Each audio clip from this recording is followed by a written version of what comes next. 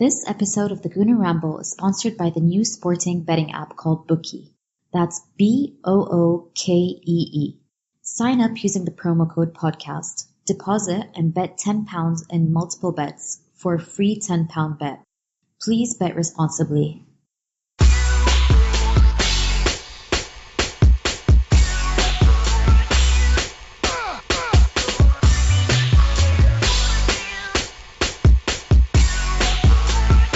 Hello and welcome to another edition of the Gooner Ramble podcast. I'm your host Giles, and joining me this evening are my friend and colleague Was the Gooner. You can catch him on Twitter at Was the Gooner. How you doing, mate? You good? I'm good, thanks, G. How are you, mate? Yeah, not too bad. Good man. Also we've got a friend of this parish, hasn't been on for a while. We've got Alan Alga, he of Betway and he of Arsenal fandom. How you doing, Alan? Welcome back to the podcast. Yeah, great to be back. Cheers. Good stuff. Right, so I think you both saw the game last night. You didn't make it out there, did you? Nah. Eventually. Well, to be fair, mate, I do love an away trip in Europe, but that was just taking the nick. I mean, I know a few people that went, but one of my mates, he sat on a train for 6 hours on his own from Stockholm to Ostersund's care. Fair play to him. I'm sure he had a great time, but it's just I can't justify can't justify it, mate. As good as it would have been, but my God, what a trip! Exactly. That's what stopped me from, because I was going to base myself in Stockholm and go over to Ostersund, but when they said it was a 6-hour train journey, I wasn't sure how you were going to get back on the same night. More alarmingly, he was paying £7 for a Jaeger bottle, so I don't think I'd have lasted very long out there. Good stuff. All right, so decent result, all things considered. What stood out for you guys? Let's start with you, wasn't an over to Adam. So, what stood out for you in yesterday's performance? Not too much, to be honest with you, mate. I mean, we got the job done. I mean, early in the game, they looked shocking, didn't they? Let's be brutally honest. And it was almost as if they were very, very scared of us. And after a little while, they sort of opened up and realised, well, hang on a minute, they're not actually as good defensively and in the middle of the park, and we can actually probably get at them. And then they just come out of their shell. And really, in the end, I mean, the game and the tie was sort of decided very, very early, barring an absolute miracle. So, I mean, looking at individual performances, I always find in games like this is very, very difficult to sort of to see how these players get on in these positions. I mean, it was very promising having Mkhitaryan and Ozil in there, but I mean, for me, in front of them, they really lacked. I think Welbeck struggled to get in the game. We were very narrow, and it was just a bit of a disjointed performance. And to be fair, we were gifted the goals, and at the end of the day, we just had to get the result, and we did. So, for a standout, it was normally I'm raving and ranting about something, but I really struggled to find a particular point that really stood out for me, mate. Alan, over to you. I mean, we've got to take into account that this was Ostersund's effectively only their second competitive game since beginning of December. They brought forward their FA Cup match to last Friday to get a competitive game. So they're coming off a pre-season as well. Do you think that played any part as well as the fact that it looked like they were kind of awestruck in the first 20 minutes of the game? Yeah, it did. I have to agree with what Woz is saying. I think some teams do that with us, and if we manage to nick the early goal, then it's great for us. But if we don't, and then the teams do realise that they're able to get at us, then it makes it difficult for us. And I think it did last night. And, up to half time, they had the best chances the last 15 minutes of the first half. I know they didn't have much possession, but the possession that they did have was pretty incisive. And, they brought a good save out of Ospina. And as you say, yeah, probably it might have been something to do with the fact that it was only their second game, that it took them about 20 minutes to get into it. But if you think about that, if you think about the fact that they're a poor team from a poor league, and for 20 odd minutes they weren't at the races, and the only way we scored was from an appalling goalkeeper error. And then, our second goal was an own goal. We didn't have really many shots on target, did we? I don't really remember thinking that we were threatening at all. And if anything, it was pretty fortunate to be that far up in the game. And I know people will look at the possession stats at the end of the match and say that that Arsenal dominated, but I don't think that was the case at all. Do you think you alluded to the lack of quality, if you want, up front ahead of Mkhitaryan and Ozil? Do you think it's because we haven't seen Welbeck in such a long time? He's not really had that many chances. That kind of played a part. He's kind of coming off. It was coming out a bit ring rusty. Do you think that kind of played a part into why we didn't see, as Alan said, too much attacking verve in the first half? Yeah, I mean, for me personally, I've never really seen Welbs as an out-and-out centre forward, and I think there's a lot of issues in his game that sort of prevent him from being that. And he's never really been the brightest of movers up top. He doesn't really run the channels that well. He doesn't seem to me ever to be the kind of player that is bursting to try and score a goal, if you know what I mean. I mean, he very rarely finds himself in them positions. He don't put himself in and around the penalty spot. For the Mkhitaryan cutbacks and things like that, he's not quite there. And I don't want to be too harsh on Wells because he's going to have, by the looks of it, quite a big part to play over the next 6 weeks, probably off the bench and things like that. And the guy is just coming back, and it's difficult for professional players. And listening to him speak, I mean, I don't know if you saw his interview after the game, he just kept alluding to the fact that he was playing on this 3G or 4G or 5G pitch, whatever the bloody hell it is now. And 3G, yeah. 3G, yeah. And he's sort of saying it is difficult and it's very different to what players normally play on. And for me and you, it might seem a bit strange, but I mean, for players who have played at a higher level and are playing all the time, every single one of them allude to it, that it is difficult. And I totally think I really think it's difficult. Yeah. I mean, I know the Sutton United manager reasonably well from my time in non-league, and he tweeted, Arsenal didn't have any problems last night. They're going through a big battle with the National League and the Football League at the moment because they're in the playoff positions in their division, and they're trying to ensure that they can use this new pitch if they get promoted this season. So he's always latching on to stuff to try and prove that 3G and 4G is the way forward. But I thought last year we did struggle at Sutton United. Yeah, definitely. You know, loads of misplaced passes. I mean, I know I like to get at Theo Walcott, but, you know, even he was really struggling with sort of 5-yard, 10-yard passes. I think he sort of missed about 10 in the first half. And I really do think it's totally different. And I'm not a fan of the pitch. And then when you bring in the injury aspect into it as well, I think it is very tough to play on a pitch like that. It really is. And the thing is, to add to that by extension, I mean, we know about his knee injuries and whatnot, and historically, you know, plastic pitches and knees don't really go well together. We didn't risk Koscielny. We didn't risk Wilshere. Was it because we've got nobody else? Obviously, Lacazette's gone lame for 6 weeks. We've got nobody else. We had to take the risk with Welbeck. Or would you prefer to see someone like Nketiah? Because some people were saying Nketiah. Some people were suggesting that Wenger would have gone with a false 9 in Ozil. Do you think, and looking back in hindsight, Danny did enough to suggest that, he could do a job for us in the next 6 weeks? Sorry. Go on. Oh, no, I was just going to say, with Wells, I think, realistically, it was a perfect opportunity to give him minutes and give him time on the pitch and give him game time, and we should have won the game comfortably. In the end, I mean, although, like Al said, I mean, it was difficult, we made it a lot harder, and it probably looked a lot easier on paper, but it was nice to see him get those minutes and get them under his belt, and hopefully he gets the same to start again at home, and I do like the idea of seeing Eddie play and things like that, and it would be a good opportunity, but if Wells wants to get back to a level and get fit, he needs to play. He needs game time, whether it's on the plastic pitch or not. It was just about him getting through the game unscathed. His performance weren't the greatest. I don't think he was that mobile. He didn't look himself, but it's all about getting back on the pitch. And but for me, listening to his interview, I think 70% of this recovery is right up there in the brain, because I think he's physically fit again, but I think he's struggling mentally to accept that he is back, and him having minutes on the pitch, every minute he plays will help him. And people will look into his performance and say he was very average, which he was, but you've got to also take into account that he's a human and he's struggled with injuries and he's coming back into it. And hopefully, like I say, I think physically he's probably there, but he just needs minutes to get his head sorted. Indeed.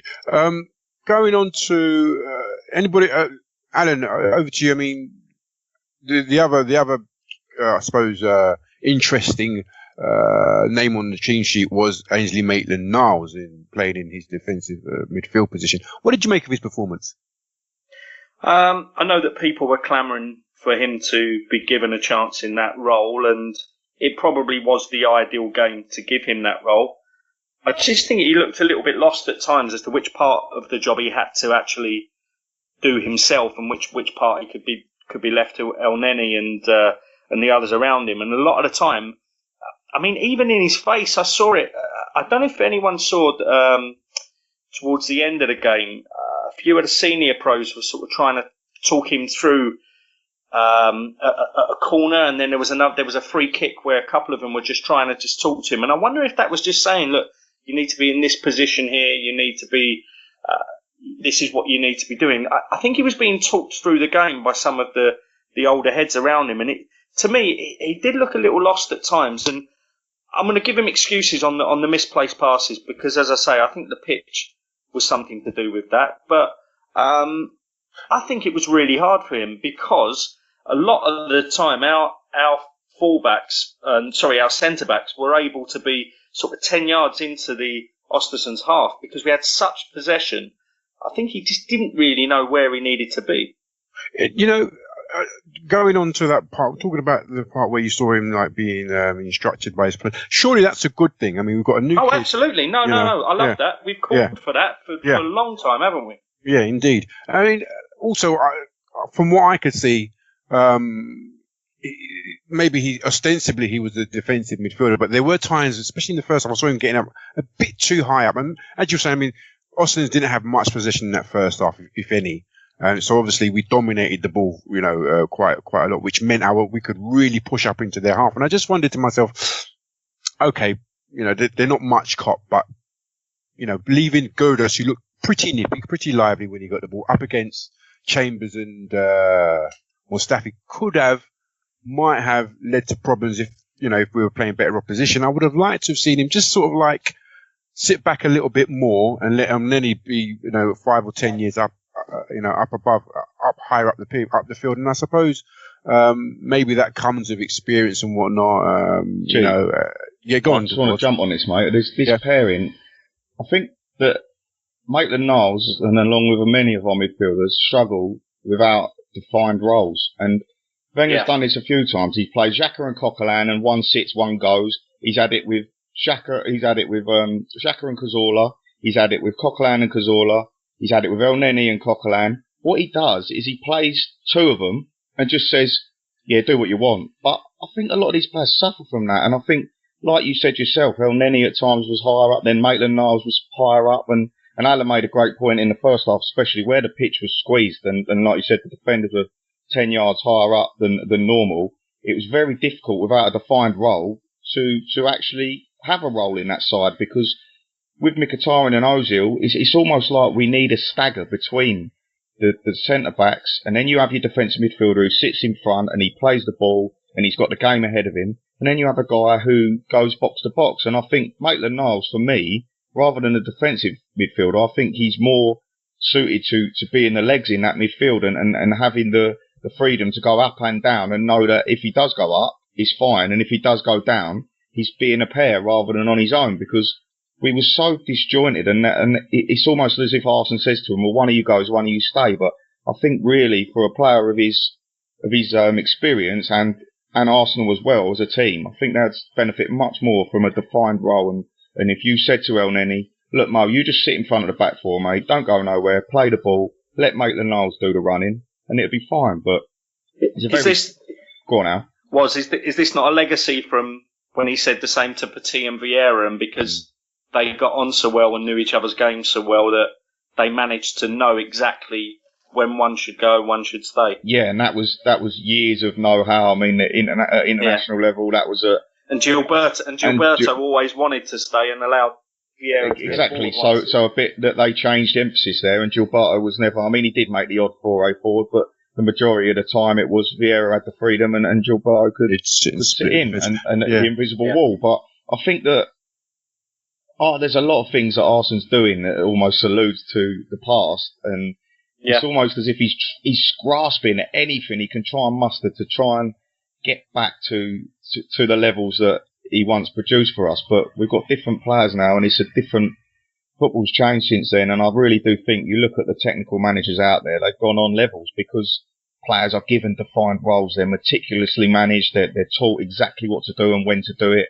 It's almost like football's played as an instructional game now rather than a free-for-all, which we used to be so beautifully brilliant at. And even Man City, when they're playing free-flowing football, they're doing it to a pattern. It's structured, it's patterned, and Arsenal, I just don't know whether. So with regards to Maitland-Niles, I thought it was difficult for him to really imprint on the game, but I must admit, before we stop talking about him, I don't know if you saw the thing, he made 18 ball recoveries in the game, which is a phenomenal number. Yeah. But, I mean, it's testament to his ability to get about the pitch and win the ball, but I think we'd see a lot more of him. Yeah, a lot more of him. With his physicality and all that, it'd be a lot better if he weren't, if he was in a defined role, I think. I tell you what, just you guys have mentioned the midfield partnerships and their instructions. I remember Dermot Drummond no longer with us. He was an Arsenal coach before he went to Chelsea, and he said that the philosophy, Wenger's philosophy was when you have the two midfielders, they'd take turns, they'd alternate, they'd work out amongst themselves, they'd alternate. Somebody goes, somebody drops. So it's it kind of feeds into the thinking that Wenger lets the players work it out for themselves. I think with much younger players being expected to do that, they do need direction at first. I think that's fine if you've got experienced players in there, international players in there, then you can leave it to them. And I know El Neni is an international, but if he's being paired up with Maitland-Niles, maybe there's not enough communication between the two to even get to that level of agreement. Indeed. What did you make of Iwobi's performance, Alan? I thought it was poor, personally. I don't. Again, and I've said this a few times before. I'm not sure how many of these players can get the free pass of it being Wenger's fault, and I think when you see someone like Walcott move and Oxlade-Chamberlain move, and you try and judge their performances and see if it is something to do with Wenger holding them back, I'm pretty sure the jury's probably still out on those two, and maybe some of the others that have moved from the club. But what I mean by that is just the different levels of instruction or lack of instruction, the ever-changing formations, the ever-changing personnel around them. I just honestly don't know.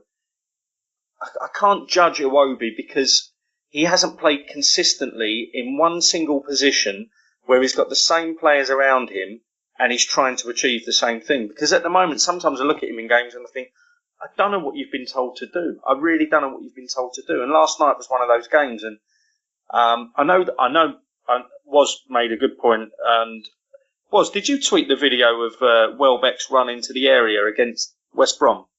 Yeah, where he didn't make the move. Yeah, I mean. Yeah, where the ball got cut back. Yeah. Yeah, exactly. Now, if you're Iwobi and you're playing with him, and he did the same yesterday, there was a lot of the time, I mean, even Robbie Savage picked it out, so, I mean, it doesn't take a genius. Welbeck drifted off to the left when Iwobi had the ball. Like, he came further left than Iwobi was with the ball at that present moment. You're thinking, well, surely Iwobi is looking for the ball inside, and we ended up losing the ball. So, I just don't know how much you can judge these players because of this level of instruction around them or lack of instruction and different personnel. Okay, going on to the goals then, we've already mentioned that one of the goals was an own goal. What did you make of Mkhitaryan and Ozil linking up very well for Ozil's goal? That looked good. I mean, do you see that developing? Do you see them two developing more of a relationship now? Mate, even when Nicky come on at Swansea away, I mean, in the first 5 minutes you could see they just want to play the ball to each other. They're just beautiful to watch. I really, really enjoy it. Mkhitaryan's he's so intelligent. He's my kind of footballer. I really like the way he plays the game. But the thing I love about him most is when the time's right, he does retain that width and he does whip the ball in. And I think you need a bit of both. It's fine being inverted and coming inside and that, but unless you keep him thinking, then, and I mean, that goal is lovely. Again, he went wide that time. And I must point out, mate, I watched it again earlier, Maitland-Niles, what a fantastic run he made, by the way. He dragged the defender away, and Ozil, after he's played the ball to Mkhitaryan, he just times his run to perfection. Maitland-Niles dragged the defender away. He eases into that space, and the pass from Mkhitaryan was fantastic. He had to get the speed right. He had to hit it hard, and Ozil's touch and finish was lovely. And it's good to see Mesut getting in them areas again, because we all know we want to see him score more goals. But like you're talking about that partnership, I mean, that will go from strength to strength. And once you're adding a Aubameyang in there, and you're looking at possibly adding another central midfielder into the equation, and that quick passing and moving, and Iwobi will thrive in that sort of environment. If he's playing with M3 and they're moving the ball quick, and he's out there on that left side or the right side, he will move the ball quicker. And we've seen lots of glimpses and things, and I'm like Alan, I don't think he had the best game, but going off tangent there again, but I think that Mkhitaryan and Ozil are going to be a joy to watch for a long, long time. And I'm so delighted Mesut stayed, and I'm so delighted we got Mkhitaryan. But yeah, I mean, the other goals, we can't really. the first one. I mean, the keeper's had a tenner on Monreal first goal. He must have obviously it. That's all I can think. Outrageous goalkeeping, and then obviously the second one was another shocking mistake. But it's all fun and games, wasn't it? But realistically, like Alan said, we didn't create anywhere near enough chances, and you'd like to think we'd be opening them up a bit more. But there we go. So, I mean, for the return leg then, I mean, how do you see that? How would you expect them? How would you want us to sort of line up for that? I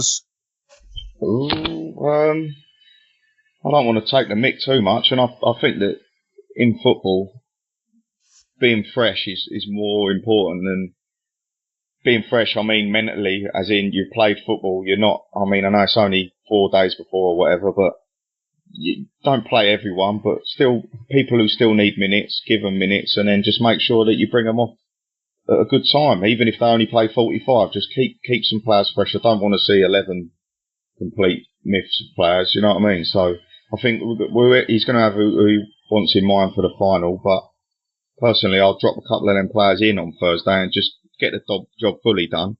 Even though, I mean, you know, it would be ridiculous if we didn't get a result, but you never know. So it's difficult for Wenger. I don't actually have a clue what he will do. I've not got a clue. I don't have a clue what he'll do on a good day, let alone a game like that when there's so many questions. So, but I mean, Alan, with the Man City game coming up following that game on the weekend, do you think Wenger will play a slightly weakened side, or do you think he'll keep many of the team that we saw on Thursday and sort of like maybe play them 60 odd minutes, you know, just to keep them at that sort of like peak level in readiness for the cup final on the Sunday? I'm like Woz. I can't ever call what he's going to do, even when it seems like there's only one sensible option. He'll come up with something else, or something else will affect us, and it's hard to tell. I don't think he will completely take the piss, and I don't think he'll completely write off their chances of grabbing a goal. But I mean, it's 1,000 to 1 that they qualify now. And I mean, I actually think they might score at the Emirates, but I think we should have enough, regardless of who we put out. And I think what he'll do, and I think what any sensible manager would do, is maybe, as Woz says, put 2 or 3 senior players on the pitch that need minutes from the off. Keep 2 or 3 big players like Ozil on the bench just in case, and Mkhitaryan just in case, and then get other people on the pitch that need a bit of confidence as well. So I don't think there's any reason why you shouldn't start Welbeck and give him 45 minutes and try and get him to bag a goal or two. And I mean, the others won't be playing for their places really, but I mean, there's the bench at Wembley to think about as well. Whatever we do, we should come through, shouldn't we? I mean, it's going to be almost impossible for them. And as I say, I fancy them to nick a goal, but I think we should win about 3-1. Cool. All right. The odds, Alan. I was looking at a website called 538, which is a sort of a stats consultancy company, and they make us now second favourites to at least get to the final. and win it. Atletico Madrid, obviously top dogs. Napoli have sort of like dropped off after their little calamity at home to Leipzig. We've got Marseille third favourites. We've got. How do you see it at Betway? Do you see us as finalists at least, or winners now, or even semi-finals? Where do you see us? Where do you place us? Well, our prices have us as second favourites. 4-1 second favourites for the tournament outright. Atletico Madrid as the favourites at 11-4. Now, providing that we would avoid Atletico in any draw, then we would be favourites for the final. But obviously, if we do get drawn against them, we'll be outsiders in that over those two legs, and won't be favourites to actually progress. So there's only one draw that we could get where we wouldn't be favourites to progress, and that's the one. Dortmund 10-1. You've got AC Milan in there 12-1. Lyon at 14-1.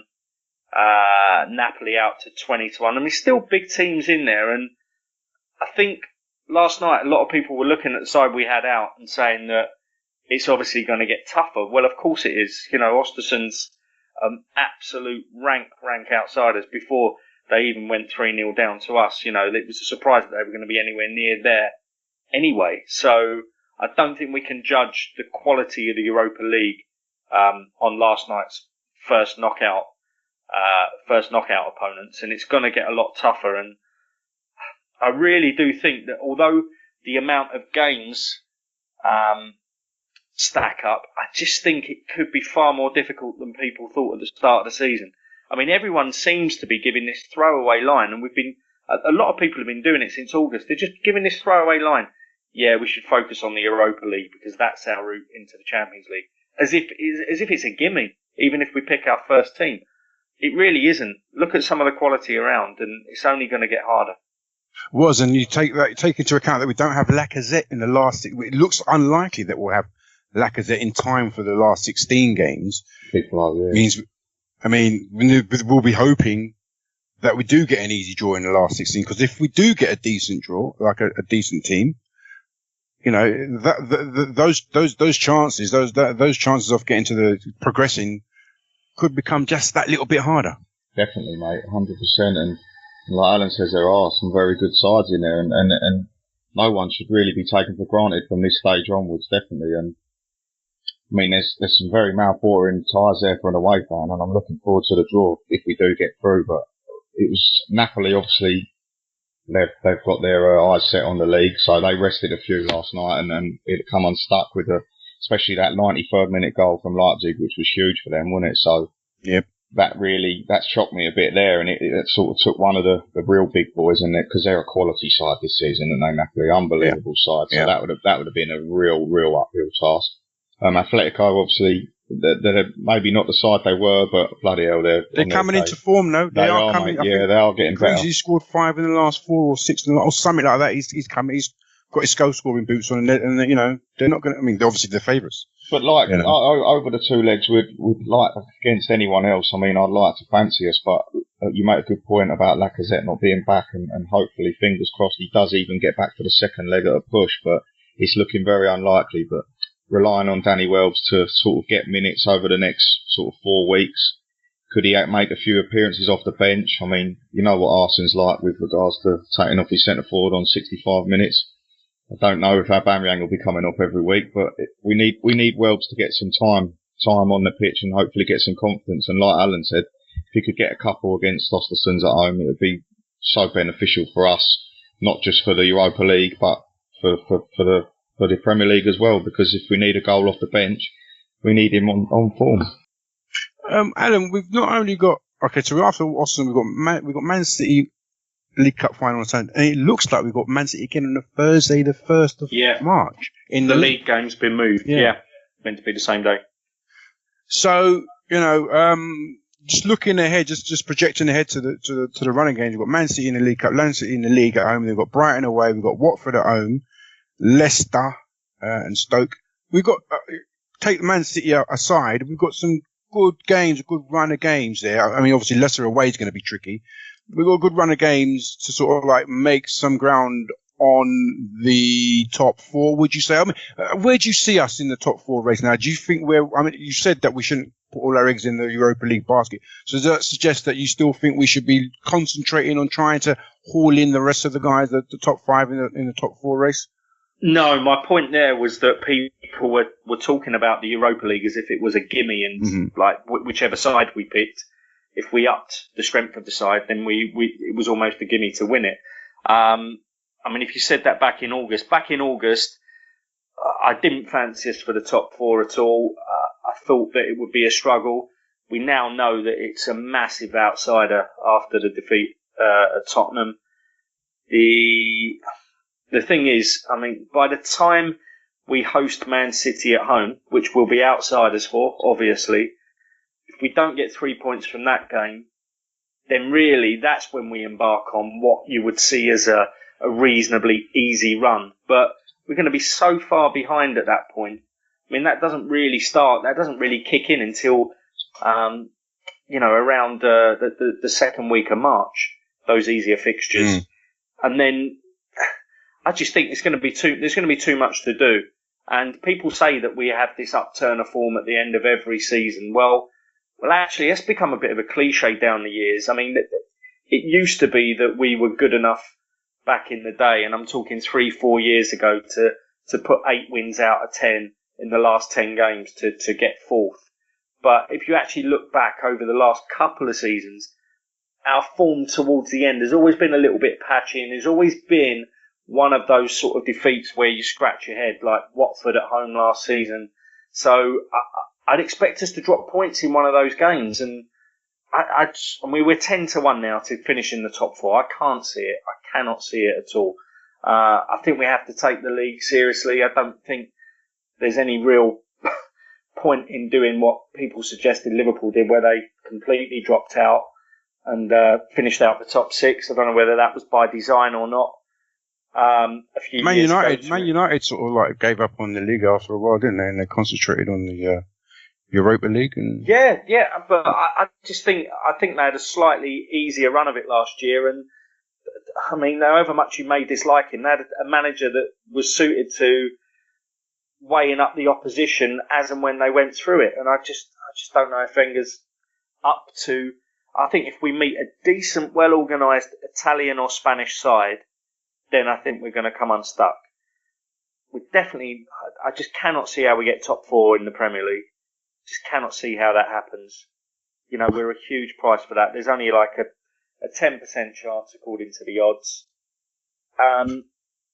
It's not going to be much fun. I don't think it's going to be much fun, but at least he's staying for another year, so we've got another year of it.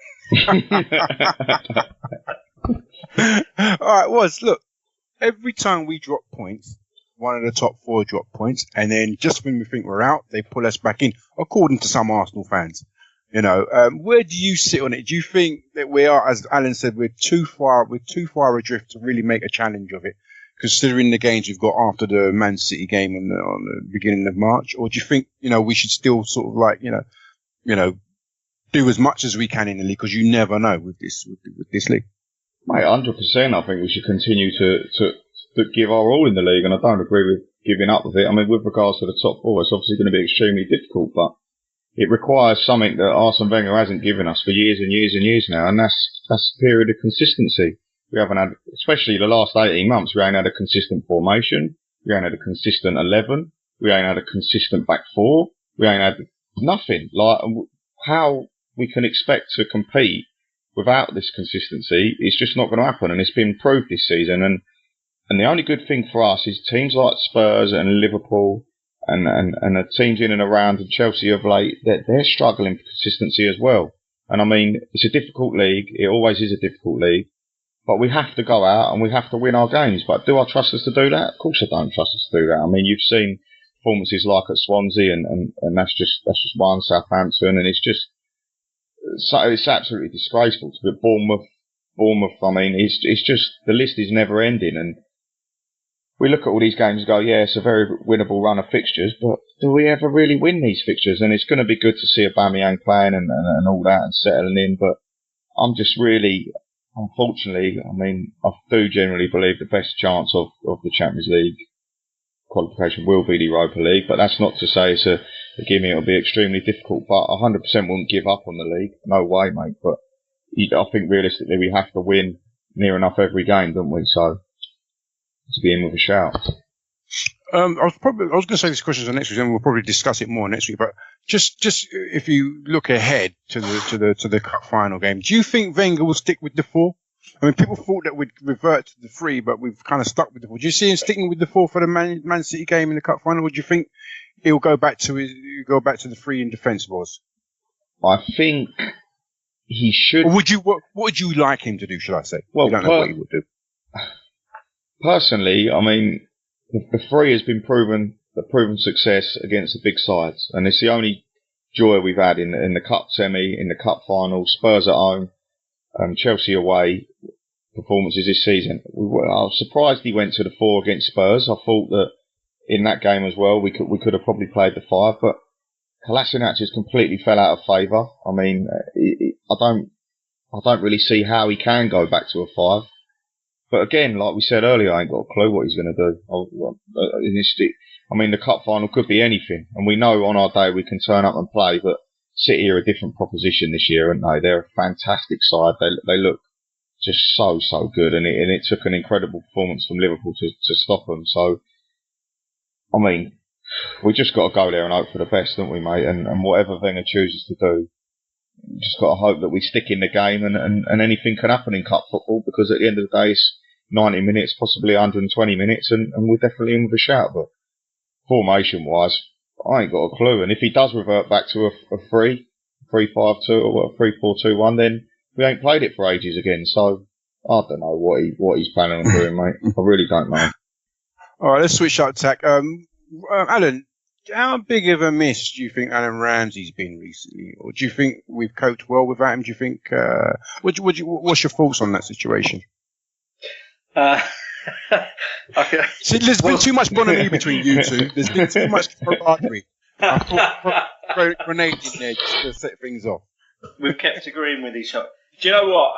The thing is, I like pointing out when Ramsey gets things wrong, and that I suppose my view on him over time has been that he's been a bit overrated and probably overrates himself a little bit. But I have to concede that I feel much better when I see him in our lineup. So that probably bloody hell, that's the debate done, then, isn't it? That probably tells you that over time, that's me putting my hand up and saying I might be wrong on this. Yeah, but to be fair to Alan, it's not necessarily just Aaron Ramsey. It's a player in the mould of the type of player that he is. Because we missed that type of player. We haven't, whatever you say about our other midfielders, not one of them is anything like Aaron Ramsey. And there are other players in Europe, and there are other players in world football out there like him. There's not many of the style that he is, but there are better, and there are ones out there that can replace him. But Arsenal, see, that's always been my view. Yeah, maybe there is someone better out there. But Aaron Ramsey on form is unstoppable. And at times when you watch him and he's playing, you do think, well, bloody hell, imagine he was in a really top side. I mean, when you see the intricate one-touch football, the runs off the ball, the movement, the ability to shoot with both feet and pass from distance and tackle in, and he has got every attribute that you could possibly want. But, and we're talking about missing him now, and our record without him is difficult, but I think it's more of the fact that we do miss Ramsey as a player, but we more miss someone of his type because, as I said, I don't think you're looking at our midfielders, none of them really have the progressive style, the ability to arrive unannounced, the ability to link. I mean, Jack is an absolutely mesmerising footballer. He's a fantastic player, but he doesn't have the physical attributes to match Ramsey in that department. He's not as hungry to make bursting runs, and it's very much like we spoke about before, risk reward with Ramsey, and he does make mistakes and he does make errors, but he also does do absolutely fantastic things. And I think if we could have 70% fantastic and 30% less fantastic, it would probably be more love towards Ramsey, but it's probably been 50-50 over the years, and this season he's been magnificent. I mean, in the first part of the season he was fantastic, probably one of our players of the season, and without him we notice it a hell of a lot. And when he comes back, he scores a hat-trick, and then he's gone again. And this is where I'm sure you're going to bring it on to now. Yeah, I mean, yeah, I can't disagree with any of that. I cannot disagree with any of that. do you think it's because we're asking so much of him that he kind of continually breaks down? I mean, let me take you back to a couple of weeks ago. I was looking at Arsenal.com, and a couple of weeks ago, Wenger made a comment about how we have a deeper understanding of our players, the loads that we put on them, and basically, preventing injury and recovery time from injury is all kind of improved. Yet, year after year, Ramsey breaks down around the same time. It always tends to be the same sort of soft tissue kind of injuries. And it makes me think, what are we doing? What are we doing here with him? And also, when people talk about his injuries, I've noticed that people have been talking about his injury and say, well, that's another reason we should put him on the for sale list, in the summer. I mean, for me, if he doesn't sign a new contract, sell him. We have to sell him. But I wouldn't necessarily put him up for sale because of his injury issues. Because if you look at the great Wiltshire experiment at Bournemouth, what it showed us is other clubs actually are progressive in terms of medical techniques and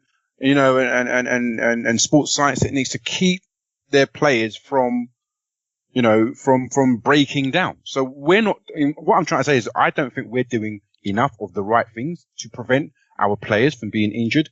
And that being the case, do you think that Ramsey's suffering because of it? I'll tell it to you, Alan. That's a loaded question, isn't it? It's quite a lot to get. Very loaded. It's quite possible. I mean, he's not the only one, is he? He's not the only one. And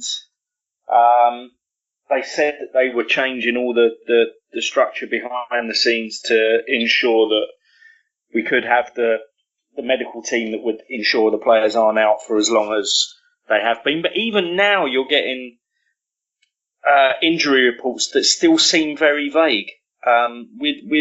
We seem to be the only club that give really vague injury reports.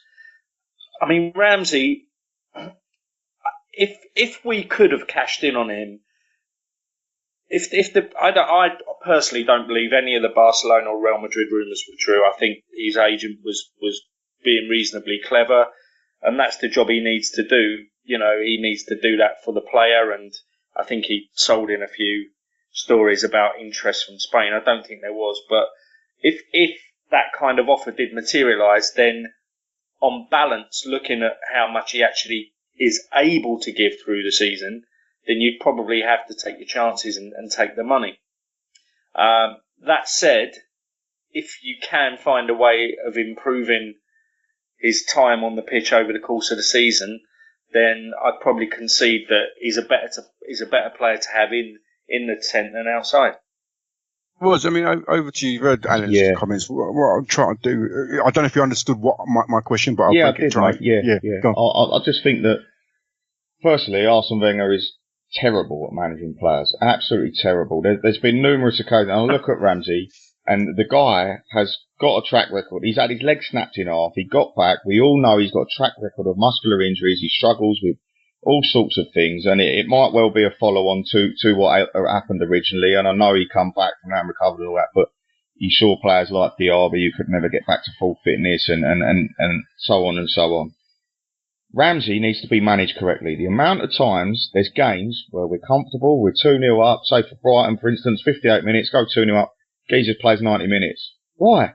Wenger's making 1 or 2 subs in a game. Why are these players playing all these minutes? Giroud was flogged for years at centre forward. Cazorla could have had enough. In my opinion, he could have extended his career by at least 18 months to 2 years. But he was completely run into the ground. Completely run into the ground in the central midfield, game in, game out, plays 90 minutes, and that is that. You need to manage players correctly. And Wilshere and Ramsey, 2 of them, both magnificent talents, both got their own qualities and their own attributes, but neither of them would be my reliance, in a personal opinion. If I could give them both contracts, that's fantastic. But at the moment, there's a reliance on them, because I don't think that Mohamed El Neni is of a standard to challenge for bigger honours. Maitland-Niles is a young guy. I do like Granit Xhaka, but again, he's not proving himself this season. So at the moment, there's a huge reliance on players like Ramsey and Wilshere. But, in my opinion, if they would sign, I'd go out and get another central midfielder, another top-class central midfielder, and I'd have Jack Wilshere playing El Neni's role, because he will have 20, 30 games a season. Ramsey will have 20, 30 games a season. You need to keep these guys fresh. You do need to. And I'm not talking about from the start of the game. I'm not saying 1 week Ramsey has to play, then Wilshere plays. I'm saying in the heat of the moment, if Ramsey's on the bench, Wilshere's on the bench, 60 minutes, if the game's comfortable, depending on the situation, there you go. Thank you very much. You sit down and rest, mate. There's another 40 minutes off of your season. You relax, keep them muscles fresh, and we go again. But it just never happens with Arsenal. It just never, ever happens. And Ramsey is really struggling from it. Really, really struggling from it. And the frustration for me, I've talked in the past about being, I'm an avid Ramsey fan. I really enjoy what he brings to the game. But for me now, the more and more I look at it and the scenario with his injuries, you cannot have a reliance on the guy. You cannot. I mean, as much as I love him, you cannot say, I'm going to pin my team on Aaron Ramsey and I'm going to build around him, because he won't be there enough. But when he is there, he makes that much of a difference for me that it'd be worth keeping him and definitely giving him a contract and then trying all we can to get as many minutes out of the guy as possible. But Arsenal fails at that year in, year out. I think what Alan was making a great point. There is over-reliance on certain players because the drop-off is massive, isn't it? You know, those that are coming up behind him in their place aren't really of the requisite quality so that we can give players like Ramsey. Bellerin's the biggest example. Exactly. Yeah, and I think that works two ways. It also works in a way to be motivational for the players that are actually in that position. Not just to give them a rest when we need to give them a rest, but it also keeps them up to their work when they're on the pitch. And again, you know, Bellerin is that example. I mean, I tweeted it last night. I know some people will say that throw-ons are not an important part of the game, but I can't believe that nobody else has spotted that Hector Bellerin committed his 4th foul throw of the season last night. Is that tiredness? Is that mental fatigue or tiredness or something? 4 times. I mean, I coach an under 13s team. If they do sort of more than one in a season, we get them back in for it straight. 4 times this season. One was against Chelsea at home. Just as we got back into the match, he stepped over the line and got given. And do you know what? I've seen him this season, and he could have had 10. He could have had 10. One was against Bournemouth earlier in the season. He got flagged for it. I know people are saying, "Oh, that's not an important part of the game. What's he whittering on about?" But actually, it's a big part of the game. You know, the retention of the ball. To lazily just concede possession like that. And again, there's no consequence for failure at Arsenal. There's no consequence for all those little edges and little tiny aspects of the game, those small marginal gains. And I think a throw-on is a perfect example of that. A professional player, taking a foul throw 4 times in a season, and many more times where he hasn't been called for it. And again, I think that just stems to competition for places. But on the original point of being able to give players a rest, it also gives players a little G up if they're dropping out of form. Indeed. True that. All right, let's take it on to Wenger's current situation. There's been a lot of talk about, there was a lot of rumours. People were saying that they have it on good authority that, you know, he's about to, you know, this is going to be his final year. And obviously Wenger's come out of beIN Sports this week and said that he always honours a contract, and this is going to be no different. Alan, start with you. Where do you sit on this? Where do you see this one going? I think he's going to stay. I really do. I think he'll stay until at least May 2019. And I think there's every chance that if anything positive occurs in those, well, there's not much left of this season, but in the season after, then he'll make a case to stay again. I don't think he's going anywhere. What I would say is that there are 2 people I trust implicitly with their Arsenal news, and they've gone totally separate ways on this. One of them has said everything's being geared up for him to make a surprise call at the end of this season where he gets a big fanfare. And the other one has said, no, he's definitely staying indefinitely and certainly for at least the duration of this current contract he's on. And as I say, those two people are usually spot on with their Arsenal news, and they're completely split on this. Wes, where did you see this one?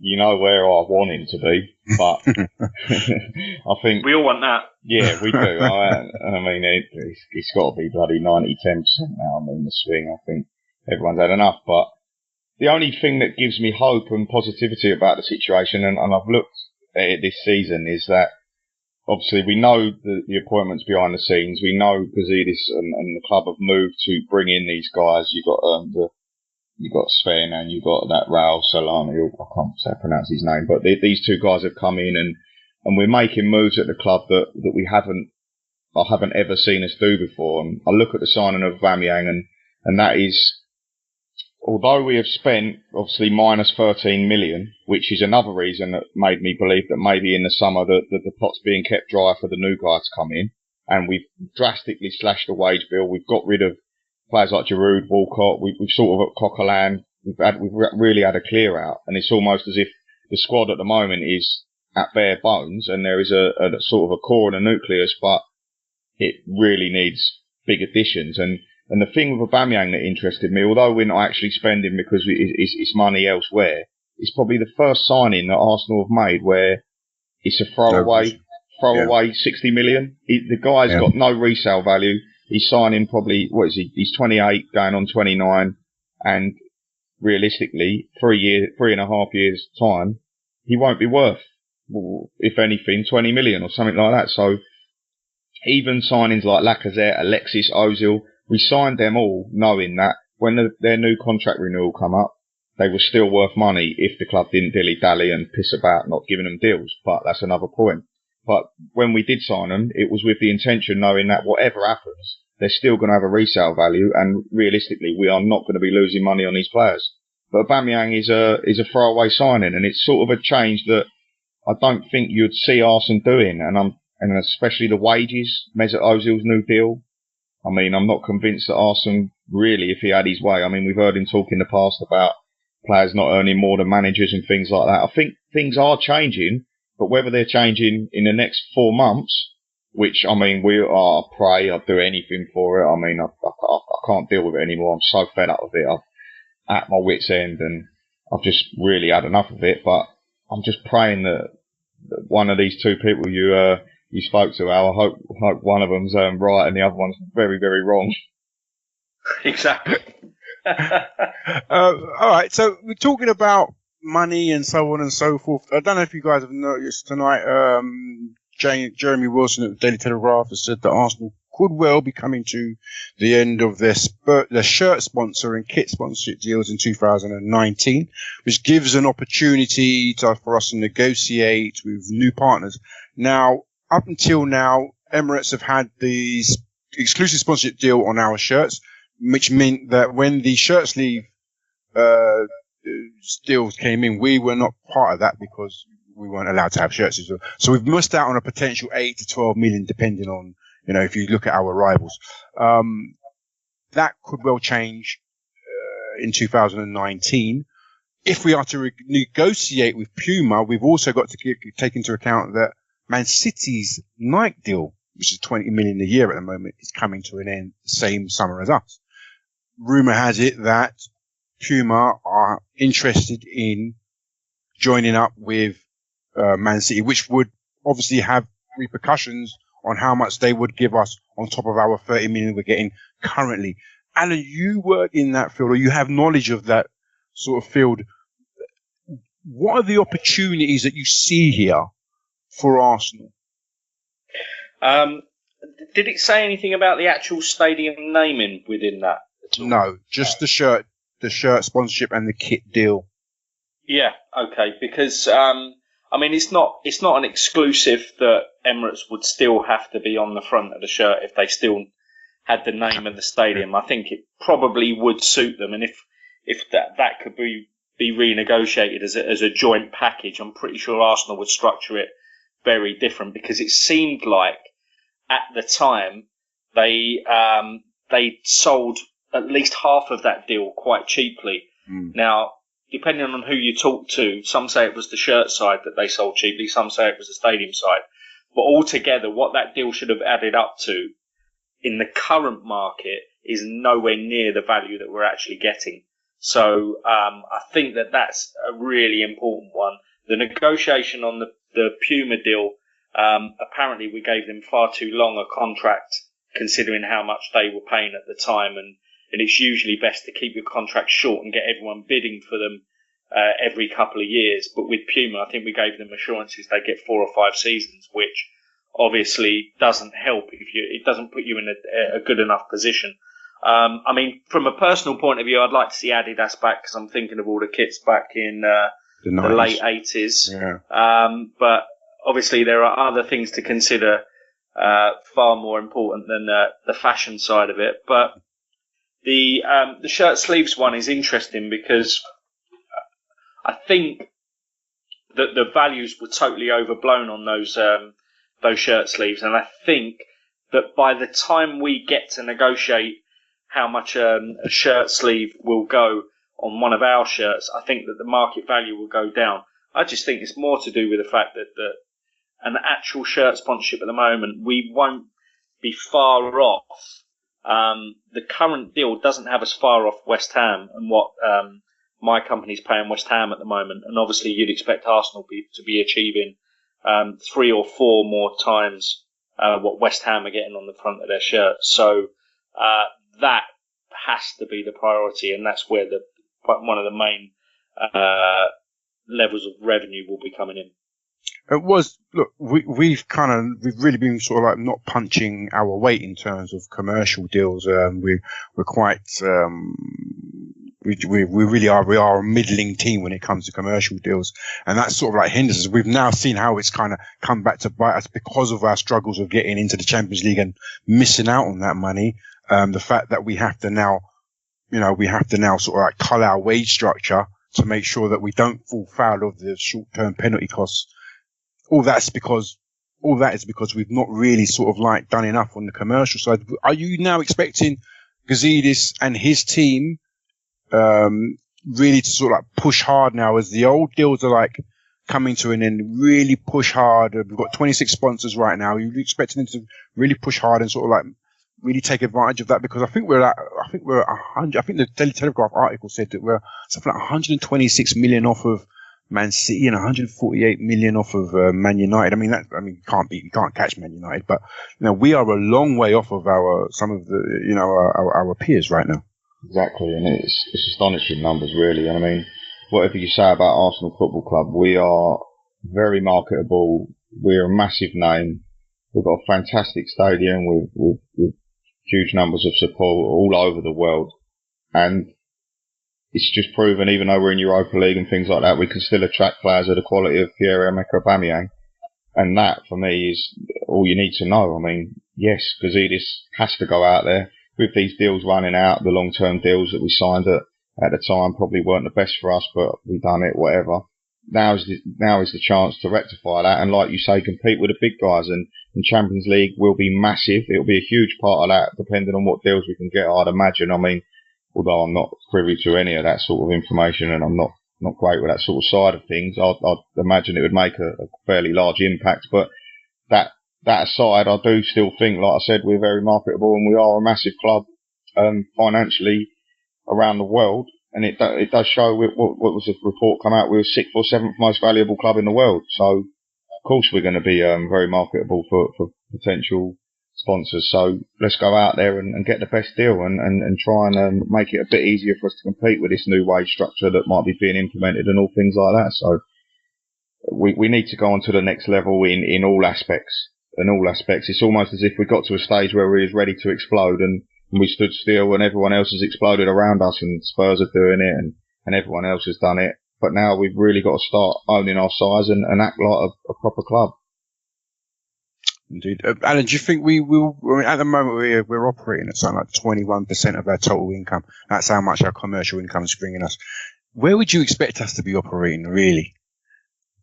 Percentage-wise? Well, I think it's difficult to answer that because the TV money is hugely inflated now. But I think most clubs will be saying that it will be a 30% rather than around 22, and I think that's the figures that I've seen from few people that know a bit more than me about this. Cool. All righty. All right, so let's draw it to a close. We'll expect to go through next Thursday, but let's project forward to the cup final on the Sunday. Alan, prediction, please. Well, I think, as was said when he was going through our potential lineup, it is true that we can give anyone a game on our day, and I think that has to be the hope when we're going to Wembley on the day. It has to be that we have a good day, and that might sound obvious, but certain teams can win when they're playing badly, and we can't at the moment, and I think that is a big problem. So I don't think it's going to be the kind of game that we're going to fluke if we don't turn up. I think we're going to have to be firing on all cylinders, and it's going to be tight. Do you know what? I've got a feeling that we're going to edge it 2-1. Don't ask me why. My optimism was over to you. You've got to go with the optimism, mate. Otherwise, no point in being there, is there? I mean, we all know what a formidable side are, and Alan's got it spot on. I mean, if we don't turn up, it could be a shambles. But I do think we will turn up, and I think that it's a cup final.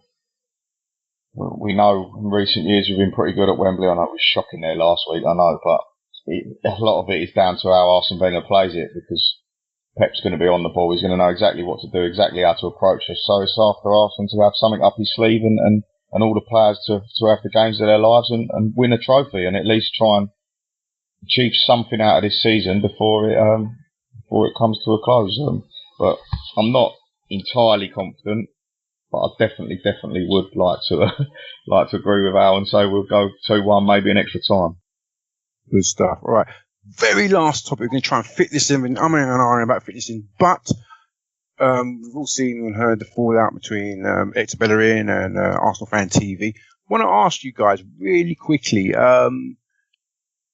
where do you sit on it? And then, and on a sort of like if we take a wider picture, is this a new phenomenon, or is this something that is just sort of like come back in a different guise? I mean, have we seen sort of like this sort of like players versus fans sort of thing in the past? Is it something to really be sort of like riled up about or get emotional about, or you know, or is it just, you know, part of the game? Alan, start with you.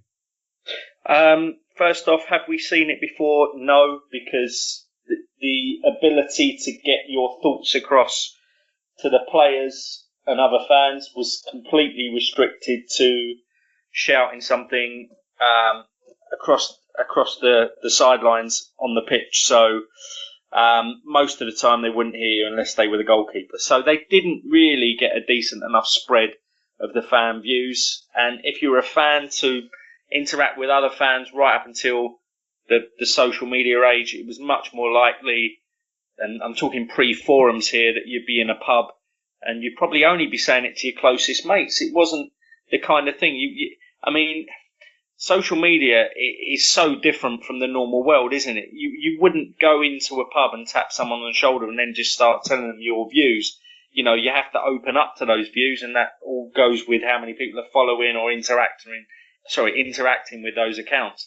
I remember Perry Groves getting lots of stick when I first went to Arsenal, and Gus Caesar as well. Yeah. But to me, that was only in the group of people that I went with, and you know, a few of them, my dad's mates, and a few of the younger people there were berating those two players for certain things in matches, but not to the extent we're seeing now. Everyone's got a view now, and you know, I give my view on a number of podcasts and on Twitter. I think where it boils over is if people aren't able to accept that they might be wrong, and are not actually in a zone where they're saying, this is my view, I understand there might be other views and I might be wrong, but this is what I think. And I think those channels can only kick on, Arsenal Fan TV can only kick on if they invite people on who stand by their views a bit more than a normal person would. And that's where it's, you know, it has created this set of characters, and unfortunately, you know, people like watching them. I occasionally watch it. I don't feel bad about any of the people that are on there. I've met them all in or most of them in isolation, and they're generally nice people. I just think they have to have strong views to be on there, and that's why it gets so many headlines. But my final point is that this wasn't Hector Bellerin given a 90-minute speech where he could talk about anything he wanted. These were questions at the end. He didn't go in there with the intention of calling out Arsenal Fan TV. He got a question about Arsenal Fan TV and he answered it in a reasonably sensible and honest way. So I don't think he can be kicked for what he said. What do you reckon? Brilliantly summed up by Alan, to be fair. And, my opinion on Arsenal Fan TV, I think I like the idea of it, and like Alan said with social media, and I'm guilty of it myself in heat at the moment, and I think a lot of people are. It's so easy to express and like Alan said previously, you wouldn't have had the platform to go and express your feelings there and then, right at the moment, right at the point of time, and everyone on reflection thinks differently, whether you say it or not. You see things at the time and it rubs you one way, and you watch it again and it rubs you another way, and that's just the way things are. But with regards to Arsenal fans, I don't think Hector Bellerin has said anything wrong at all. I completely agree with everything he said. I think he was very fair, and I think he answered the question honestly. And if they don't like it, they need to get over it, to be brutally honest. Anyone who don't like it, I think fair play to Bellerin coming out and saying what he thinks. But fans are very much entitled to their opinion, and match-going fans will have a different opinion a lot of the time to people who are watching it at home, because they've seen it differently, and I'm as guilty as anyone. You see things at the time, and when you watch it back, you see it differently. But when you're questioned there and then at the time, that's why you see managers in interviews these days. I mean, straight after the game, they're in front of the cameras. Some of them lose the plot and say things they don't necessarily mean or believe. So at the end of the day, it's nice to have a platform for fans to discuss and talk, but sometimes it might go a little bit over the line, and unfortunately, with things like Arsenal Fan TV, you get other fans of other clubs watching it and taking the mick and using it for other games. So, and like Alan said, I mean, I've been lucky enough to meet a lot of the guys, and they're all fantastic guys. Most of them I've met, and they're genuine Arsenal fans. They're genuine people. But like any walk in life and anything you do, there will always be the odd few that aren't. So that's just the way it is. You get it on absolutely everything you do: forums, Twitter, Facebook, anywhere you go, and anything you do, you'll have pros and cons. So fair play for Hector Bellerin for answering the question honestly, and Arsenal Fan TV will continue to make the content and do what they do. I have to say, though, I did listen to Robbie's reply today, and he did make the point that for the last 5 years that they've been in operation, Arsenal have won something like nearly 250 games. They've only lost 44 and drawn 47 or something like that. And he said, in response to Hector Bellerin saying that they're making money out of Arsenal, they're profiting out of Arsenal's losses, he said, if that were the case, we would not be in business. And when you put it when you look at it in those kind of cold hard the numbers, he's got a point. I think what it is, it seems to be more inflamed when we lose and certain characters come on the channel, and we know that non-Arsenal fans like watching certain characters. They like watching Arsenal when we lose. I like watching. I might go if Man United lose. I used to like watching that guy. I don't know, can't remember what his name. Moise. That guy, I can't remember his name. It used to be a particular guy on one of Man United channels that I used to like watching because he was entertaining. But, more often than not, that channel existed because Man United were winning. Arsenal Fan TV exists, because Arsenal have won a hell of a lot more than they've lost. Alan, you're just going to make a point. Yeah, I actually think that the profit bit has been slightly misunderstood. The way I understood Bellerin saying that was that he was just talking about the way individuals react. I don't think he was drilling down into saying, well, Robbie only makes money when Arsenal lose. I think he was trying to make more of a personal point about the people that get slightly more excited on that channel after a defeat than when we actually win. I might have spot on, Alan. completely No, I think you're spot on. I think you're spot on. Because I just don't think he was talking about that. And I like Robbie, and he's got a decent business head, and you see all the gifts from other fans whenever Arsenal go sort of 2 behind in a match at half time. They've got silly gifs of Robbie counting his money, or things like that. I do get that there is that perception that Arsenal Fan TV make more money out of misery, but I really think Bellerin was just trying to make a personal point. Yeah. All righty. All right, we'll leave it there. I want to thank everybody, my guests, my regulars for coming on. Thank you very much. Sorry for keeping you waiting, guys. That's all right, mate. It's worth Give us the some wait. free bets, mate. Give us some free bets. You know what I mean? I want to thank Alan for coming on, mate. Thank you very much, sir. Thank you very much for coming on, Alan. Pleasure. Thanks very much. And Walls as well. Thank you very much, sir, for coming back on tonight. Thanks for having us on, mate. All right, you can catch them both on Twitter on the channels. Alan, you can catch Alan_Alger, and you can catch Was the Gooner. I've been your host, AFC_Giles. That's 2 L's. That's just on all the platforms. Do rate, like, retweet, subscribe. You know the drill. It's been an Arsenal podcast. Thank you. Good night, and up your Arsenal. This episode of the Gooner Ramble is sponsored by the new sporting betting app called Bookie. That's BOOKEE. Sign up using the promo code podcast. Deposit and bet £10 in multiple bets for a free £10 bet. Please bet responsibly.